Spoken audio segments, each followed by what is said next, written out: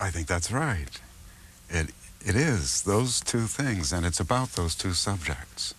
It's about democracy, the logic of democracy, which is best shown in America, and it's also about the peculiarities of America, the country where the Puritans landed, where Indians were mistreated, and where blacks were enslaved, brought over. So America has its own characteristics, but it's democracy, and for Tocqueville especially, and perhaps still for us today, it represents democracy in the world. It's the most advanced democratic country. So if you want to look at democracy, you have to look at democracy in America. Democracy is rule of the people, literally. But Tocqueville has a different understanding. He speaks especially of the equality of conditions in America, that people are similar to one another, and that if they aren't, nonetheless they still regard themselves as similar. So he thinks of it as a social condition more than as a form of government. Or though he certainly is interested in government, the government seems to be a consequence of a democratic society. Yes, that's possible. It took us a while. It took us about 5 years. It would have gone quicker if we knew at the beginning what we knew at the end, because you learn as you go along. My experience had been mostly with Italian. I've translated Machiavelli into English, which is, by the way, much harder than this. So neither of us were experienced translators, but we loved Tocqueville and we loved this book. And we thought that the two preceding translations, one of which was made in Tocqueville's time by a friend of his, an Englishman, a translation which Tocqueville criticized as being too aristocratic in tone, and the other which was done in America in the 1960s, and that's a little bit better, but it's not accurate enough. So we wanted a more accurate translation, one with a few notes that tells a reader of things that they don't necessarily know, like when was the 100 Years' War, things like that, and that is more careful about Tocqueville's key terms, because he wasn't just an observer or a traveler, though he was those things. He was also a thinker. He said, I saw in America the image of democracy itself. That's a kind of theoretical statement. He was born in 1805, died 1859. He came to America in 1830 to 31. He lived most of his life, divided between Paris, because he was a member of the French Academy, and sort of hung out there, especially during the time of Louis Napoleon, when French republicanism was under a shadow. And of course he had his ancestral estate in Normandy. He's Alexis de Tocqueville, and the de means from, so he was from a place called Tocqueville, and you can still visit that place in Normandy, as I know you have.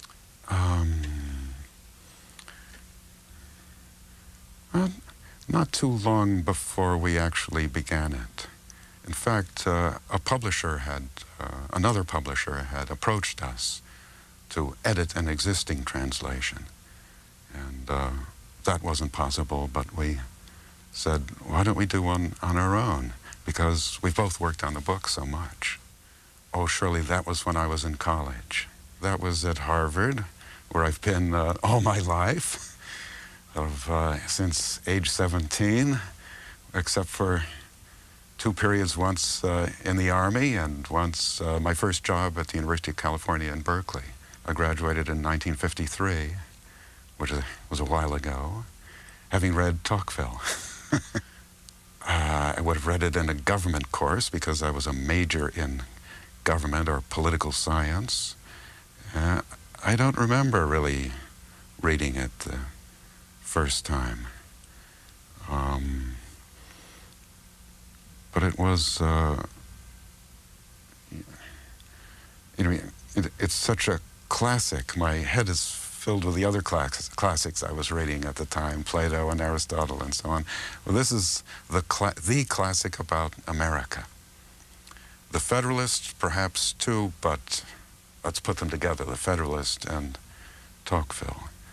So this is about our own country, and it's a classic. That's what excited us. In, let me see, that must have been 1967.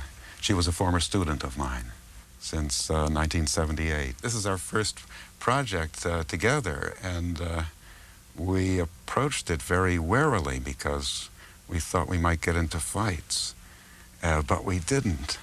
And that was a great discovery we made, and I can offer it to other authors who are afraid of working with their wives. It can be done, or with their husbands. It can be done. And the way to do it is not to spend too much time cheek to cheek. But you work on something, then you give it to the other, and then she works on it, corrects what you've done, hands it back, and you correct. And only at the very end, if you fail to agree, so to speak, in writing, do you actually discuss. You got to keep the discussion to a minimum because discussion means arguing. But nonetheless, it came out perfectly well for us. Yeah, we both speak it and write it not well. No, we couldn't, translating from English back into French, that we couldn't do. And that brings up a kind of secret of translation, that the language you really have to know is the one you're going into. Because the French, there are obviously some, puzzles in Tocqueville's texts. So hard in places to understand his French. But you can figure it out. The real difficulty is finding the right English for the French equivalents. Well, we all three of us did the full book. The first one by Henry Reeve, an Englishman, as I said, was Tocqueville's friend, was quite loose and, for example, didn't even keep his paragraphs. Tocqueville's writing is peculiar to him because he has very long sentences and very short paragraphs, as a rule, sometimes even one-sentence paragraphs. We thought that was very important for his style. And the other one, the other translator, the more recent one, the American George Lawrence, came out in the 60s, that's much more readable and more up-to-date than the Henry Reeve one, but it's not as accurate, we think, as ours, and it doesn't have the notes that we had.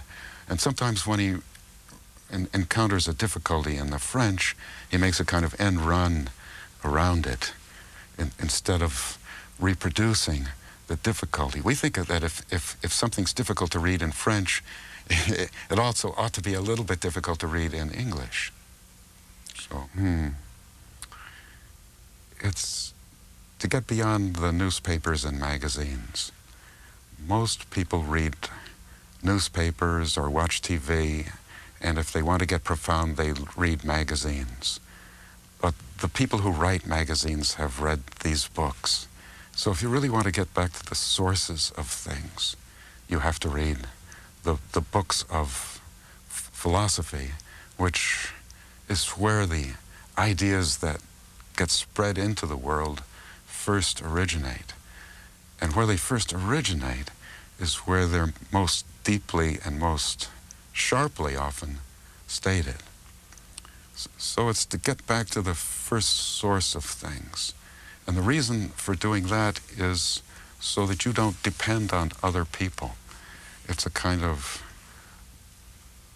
route to being independent or even free. A free person in the highest sense of free is someone who doesn't live off another person's word or doesn't live by the authority of his society, in our society, the authority of public opinion. And the way to achieve this independence is by reading especially the great books, the classic books. I occasionally get up and make speeches, often in the form of questions, at Harvard faculty meetings. And I question the people at the polished table, I call them.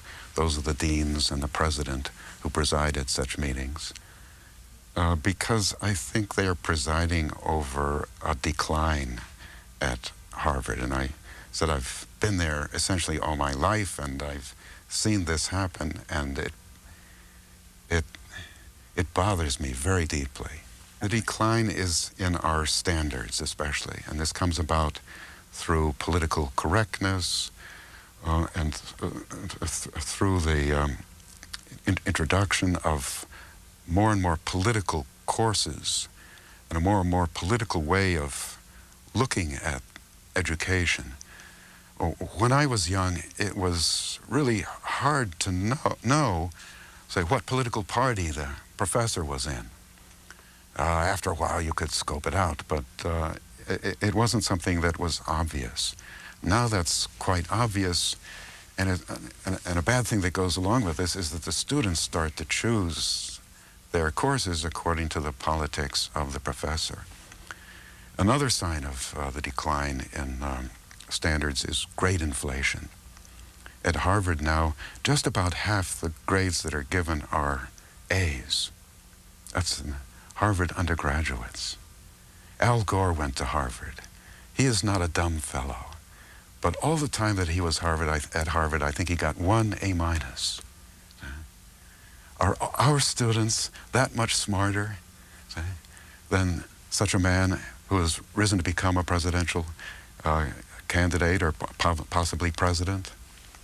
That I think is a very bad sign.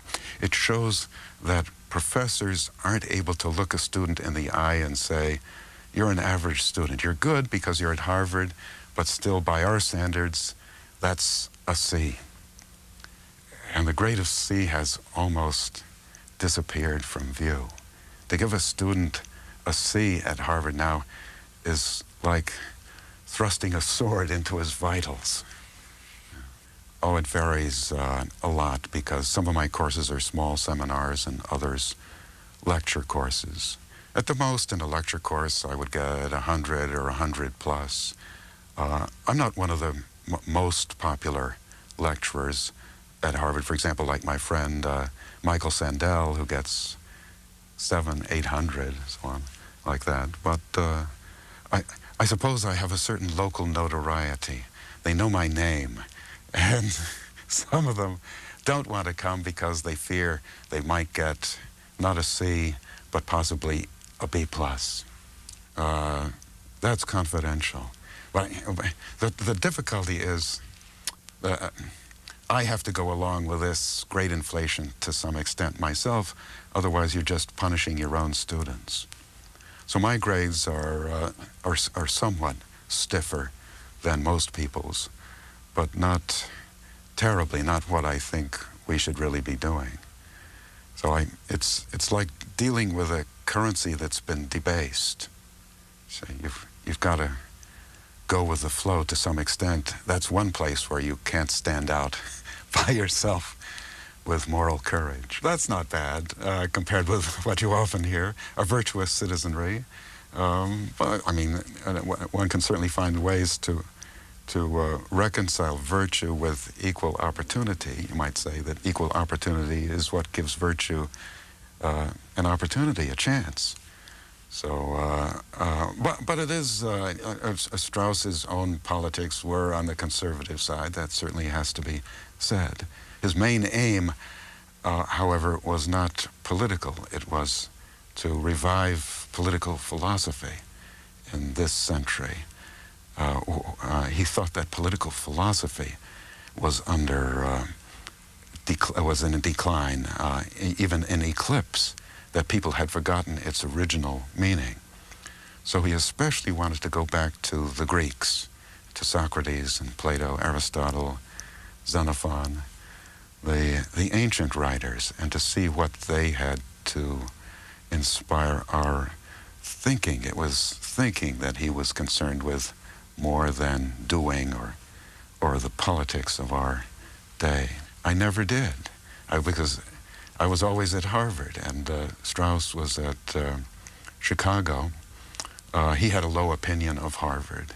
He said that the only thing that people say good about Harvard is that the students are good there. He said, in Germany, he said, when we thought a university was good, it was because the professors were good. And somehow he thought that the professors were better at the University of Chicago. Of course I met him, yes. And this was, but it was late, just as I was finishing my PhD. It is fair. I'm certainly a follower. Some people use the meaner word disciple of Leo Strauss. He stands for the notion also of esoteric writing, that philosophers, when they wrote, composed their works in such a way as to speak to their own time, but also to future times, to other philosophers in future times. So they spoke ironically, that is, with layers of meaning. This is something which comes out of Socrates, who was known for his irony. And it's something which you use every day as a teacher. When you're a teacher, you always begin at the beginning, which means that when you're talking to your students, you hold back something. You don't say everything that you know right away. You introduce the subject. Well, if you take that idea and make it into a general principle or a way of writing, that's what he was concerned with. Oh, Machiavelli and Plato, Aristotle, Locke, Rousseau. The Germans, not so much. Oh, that's enough, right, in Italian. Or was he a Florentine? He lived in the 15th, early 16th century. He wrote 2 books especially, The Prince, which everyone reads, and The Discourses on Livy, which not quite so many people read. It's a longer book. He challenged the view that politics should be about the best, or should aspire to make us better than we are. He thought that it's enough to make us more secure or more free, in a kind of low sense of the term free. And so he thought that those who tried to set a moral standard in politics came to grief and produced more harm than good, because they incite others and incite passions in people. And you can cause as much trouble trying to do good, in fact more trouble, he thought, than trying to do evil. So he taught princes dirty tricks, you might say, of how to succeed. An example: you must always either caress someone or kill him. It is, either be nice or get rid of him. Don't do something in the middle, like offend him and leave him angry and in a mood to get revenge against you. That would be an example. Well, sure, our politicians, consciously or unconsciously, use little tricks like that all the time. I think that one is used very frequently.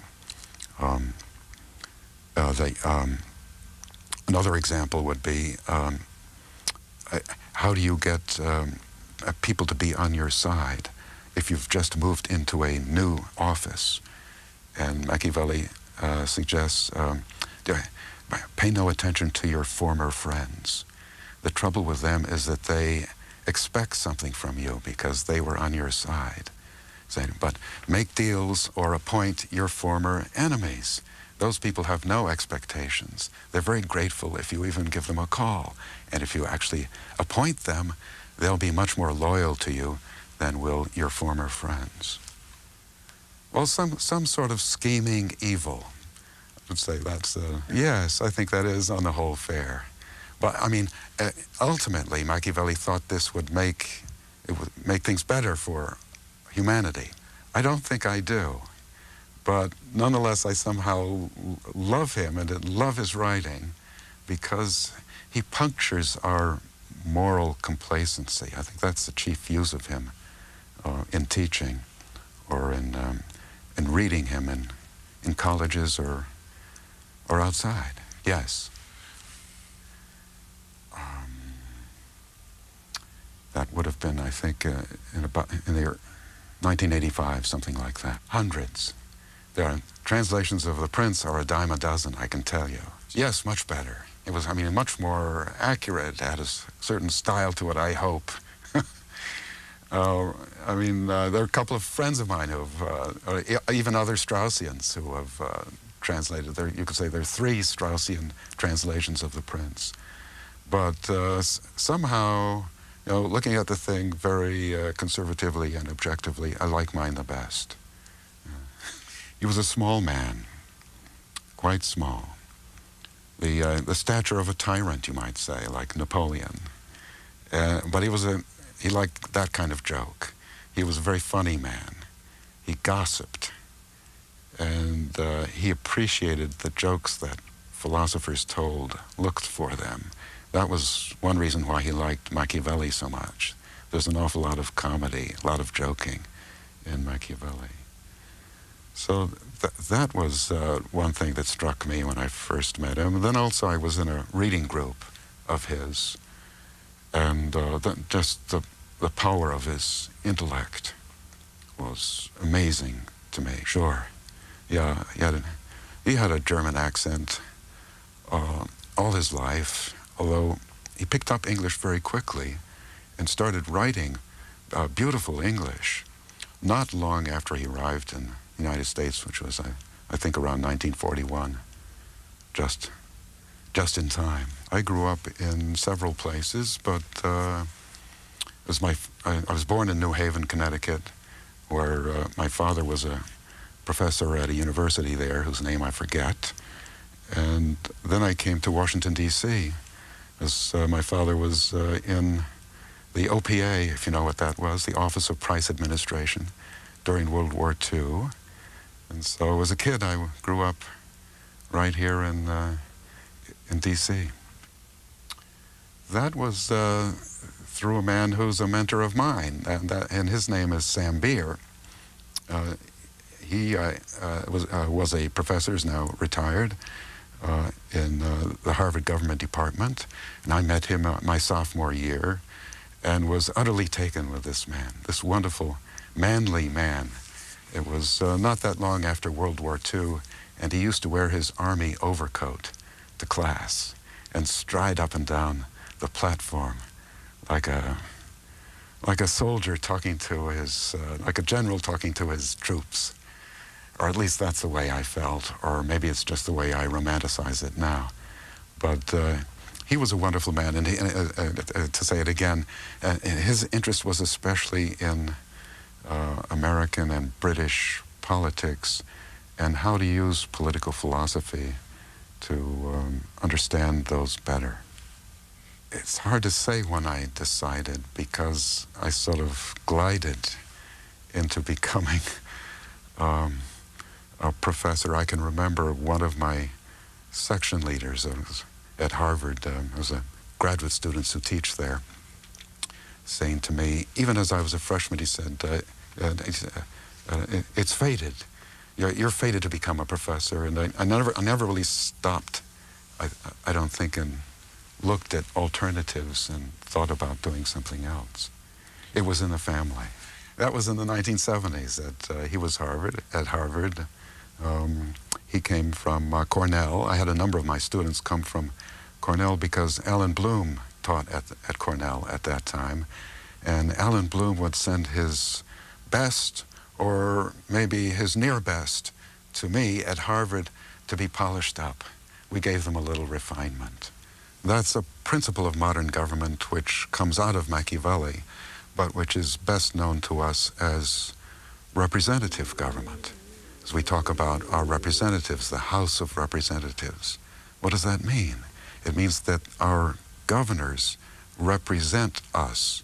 So they claim to be us, in a sense. They're doing what we want them to do, or at least what we put them in office to do. Now, what that tends to do is to conceal the fact that they are governing or imposing on us, passing laws which we have to obey, or doing things which change our lives. So it makes it seem as if government comes from us, the governed. And that's really what we say or we believe. But the tendency of that is to make government invisible or less oppressive, sort of less as if it's somebody bossing you around, and more as if it's something you asked for yourself. Machiavelli believes, like Jesse Ventura, that religion is for the weak, or that it's for people who think that if you are good, the world won't mistreat you.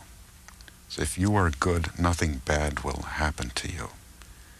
And you have to believe in God in order to make sure that nothing bad will happen to you. Maybe it will in this world, but in the next world, it won't. And so this gives you the illusion that goodness is enough, that you can live by that. That's really hard for me. I take it seriously as a claim to truth. And there are friends of mine who are strongly religious, like Ralph Hancock, who very much impress me. But I can only say that the faith hasn't come to me. And I feel as if I'm open, but it hasn't come. No, it never. I grew up in a sort of liberal, secular family, so I never had a religious education, which perhaps would have been better. But I don't resent that. In fact, most of the Bible that I've read has been from the works of atheists, from the works of philosophers who were criticizing the Bible. They took it seriously, and I tried to do the same, if not in their spirit. Well, I started off as a liberal in college, and I turned conservative in graduate school soon after. It would be in the middle 1950s. What changed me was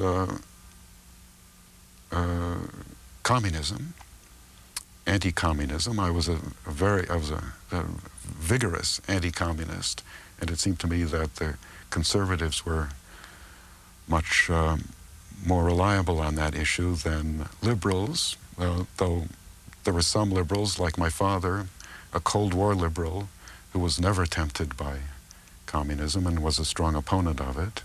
Nonetheless, it seemed to me that the conservatives had the advantage on that issue, and then gradually I began to work into other more conservative positions as well. About a half dozen out of 750, say, that I know of. Right? And there may be some others who vote Republican in the privacy of the voting booth when nobody's watching you except God. But for the most part, it's a very liberal institution. It's quite changed from when I first got there. It's much more diverse in the sense of many more blacks and Hispanics and a lot more foreigners. And of course, women are now half and half with men at Harvard. But as to diversity of opinion, that has gone way, way down. Students are smart. It's still the place where good students want to go. No, I see a good number who aren't, and I wish I saw more who are liberal. But I would say maybe a quarter of Harvard students are conservatively inclined, a quarter to a third, or might vote Republican. So the students, and that's true of graduate students as well, the students are a lot more conservative than the faculty or the administration. But I hope people will go out and get it and make it scarce. because it's so. I go back to what we said in our first sentence in the introduction. It's the best book on democracy and the best book on America. That's really why we did it. We wanted to make this available in a more literal and more accurate translation than it was before. The same reason why I translated Machiavelli. And by the way, the Straussians have done quite a bit of translating of sort of major classical works, because we do it with a different principle. And that principle is that the author knows what he wants to say. So it's very important to be as accurate as you can when you get it into English. Yes, revisiting what he would see that's new. Well, the place of women is utterly different from what he said in his book. We've gone to gender neutrality, a kind of gender-neutral society in which women have equal rights in public as well as private. Tocqueville says in his book that the place of men and women in America are equal, but they have very different places or destinies. Now that's no longer true, and I'm sure that would impress him. He would also be interested in what's happened to black Americans. Tocqueville had a sort of pessimistic view of what might happen. He was fearful of a race war. And of course we did have a war, but it wasn't a race war. So he would be very interested to see that blacks are somehow much more integrated as Americans than he would have expected, I think. What else? All the presidency. It's become still more of a tribune than it was when he saw it, and therefore much more powerful in a sense, weak in another sense. He saw Andrew Jackson, and he didn't much care for Andrew Jackson. He thought that Andrew Jackson was a weak president. He's usually considered today by historians and political scientists to be a strong one. But Tocqueville's understanding of weak was somebody who went along with the people too much. And so I think looking at the presidency today, he would say, yes, it's strong or stronger in the sense that he occupies the center of the stage much more even than Jackson did. But it's weaker in the sense that presidents rely now on polls and focus groups. Well, he saw the power of the judiciary. I don't think he would be surprised. He's famous for one of his remarks in that book that in America somehow every political question becomes a judicial one. And I don't think he would be surprised at the fact, if you look in our generation, most of the big decisions that have been made as to how our life is actually lived, a great example, abortion, have been made by the judiciary. Yes, well, I think we've maybe polished up our act a little bit. We're not as coarse as we used to be. We don't drink as much whiskey.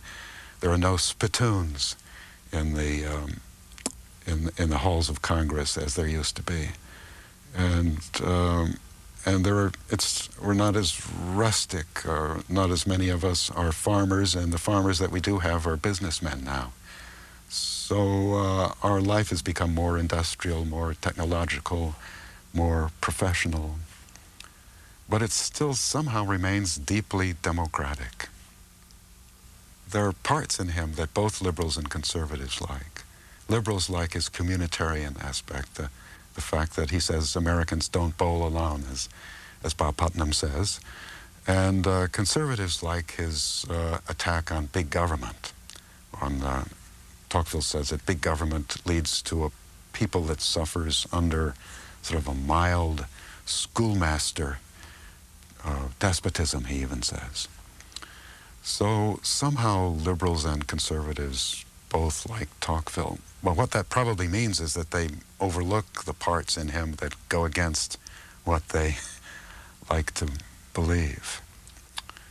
Well, the first thing you might do just to get yourself interested is to look at some of the most interesting parts, like the 5 chapters on women in the second volume, or the pages on American blacks in the end of the first volume, or the Indians. These are some of the most famous passages. His contrast between America and Russia, sort of two democratic countries. Which way will the democratic future take us, toward America or toward Russia? That is a kind of democratic despotism as he understood it. So that's what I would do. I would dip into it first and then go back to the beginning and spend a lot of time on the introduction. What they have at the Beinecke Library is his manuscripts, which are certainly wonderful to look at. That is, he wrote on one side of the page, and on the other side of the page he put his footnotes and left room for other thoughts and also for comments by his brother and his father, who read his text and made little criticisms. And there's actually an edition in French which gives you in the margin these remarks by his family on his. Not many authors have that happen to them. I mean, to have your father and brother say what he thinks of you, what they think of you. But yes, so it's wonderfully interesting, but it wasn't all that much use to us as translators. No, I don't think so. Not in philosophy, or not in political philosophy especially. In mathematics, yes. If you're not a famous mathematician by the time you're 25, I suppose you won't be one. But philosophy, or especially political philosophy, depends upon or uses experience. You have to learn what human beings are like. That's one point. And another point is that there's a literature. With something like mathematics or different branches of science, you're on a frontier. Everything that's being done now is the best that's ever been done. But with political philosophy, that's by no means the case. What's being done now is not as good as what used to be done in the great books or in the classics. So it takes a long time to develop a mature understanding of those books. Reading them over and over and teaching them helps as well. So you get better, and you would be at your best, I would say, in your 50s or 60s even. I still don't have that sense, and I'm not sure that they are. So I have to just enter a demurrer on that. It's hard because maybe I'm not that conscious about my style. I don't think it's my written work so much as my teaching. And there I try to open each lecture with some reference to today or to a problem today, and then show why the book that we're going to study helps you understand that problem. And once in a while, I try for acute formulation. I think that may help. And at the end, and even during the lecture, I take a lot of questions, because I don't want people to turn off in the middle because they got lost. So I think those are things that help. When they've read the book before the class and start asking you questions about things you've left out, then you know you're clicking. Then you know they're working on their own and they're not simply following, or maybe not quite following, the lectures. But it somehow heightens the effects of democracy. I mean, who am I to put words in Tocqueville's mouth, but this is what occurs to me, that it makes government even more immediate than democratic government is, and that it kind of substitutes, here I'm with Bob Putnam, it substitutes for a better and more active participation. It tells you what's going on, well, today, what we're looking at, or in Israel or the Middle East or whatever. It doesn't tell you what's going on in Cambridge, Mass. Well, there's a channel about that, but you're probably not going to be watching that. So in other words, it doesn't tell you about problems that you can do something about, or that you have a chance in your daily life through association. Tocqueville's a great one for association. This is probably bad, that it's a substitute for association. I think that's what Putnam argues, and I think there's truth in that. I have a kind of hope, rational hope, that will hang on. America is not something eternal. It's humanly made, and so it's not going to last forever. At some point, we'll decline and fall, but I have a certain confidence, and I'm not going to make any bets against my own country. Well, we've seen this great triumph of democracy in the 20th century. Two terrible opponents appeared, fascism and communism. Fascism was destroyed directly in a war. Communism destroyed itself through collapse. And so it seems as if we're the only game in town right now. I think that's a little bit deceiving, because I think that our liberal democratic philosophy has defects in it, or at least difficulties in it, which will be open to challenge. Perhaps the same kind of challenge. The fascists or the Nazis thought that democracy is too sheepish, too leveling. There's nothing interesting or exciting or demanding that ever happens. It's ignoble. The communists thought that democracy was too selfish, too oppressive, too nasty. They thought that you needed a society which deals with the whole and keeps us from being quite so selfish. Well, I think those are still two tendencies of our democracy, and so we may again get challenges to it which are based on those two difficulties. She's my second wife. Yes. One's a banker, one's a lawyer. They both make more money than I do. She teaches at Harvard in the Extension School, which is the night school. She teaches a course on the same sort of thing that I do. And she also administers a program that I run called the program, she and I run, called the Program on Constitutional Government, which we use to bring people to Harvard who otherwise wouldn't be invited. Well, people who are not PC, people like Alan Bloom, or Miss Manners, or Ward Connerly, James McWhorter we're trying to get.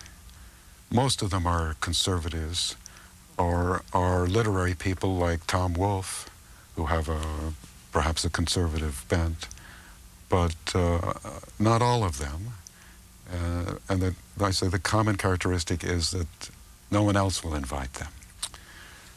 Because for most of Harvard, the Republican Party or the conservative belief simply doesn't exist. That it's hard to overstate just how oblivious they are to the fact that in America there are two parties, at least. In Washington, one knows this all the time. And it's taken for granted. But in Cambridge, Mass, that's not the case. So they think that they're being perfectly open when they have a liberal and a leftist. And that's diversity, but it isn't. A book on manliness. What I've done so far isn't controversial enough, so I want to do something that will really stir them up. Thank you.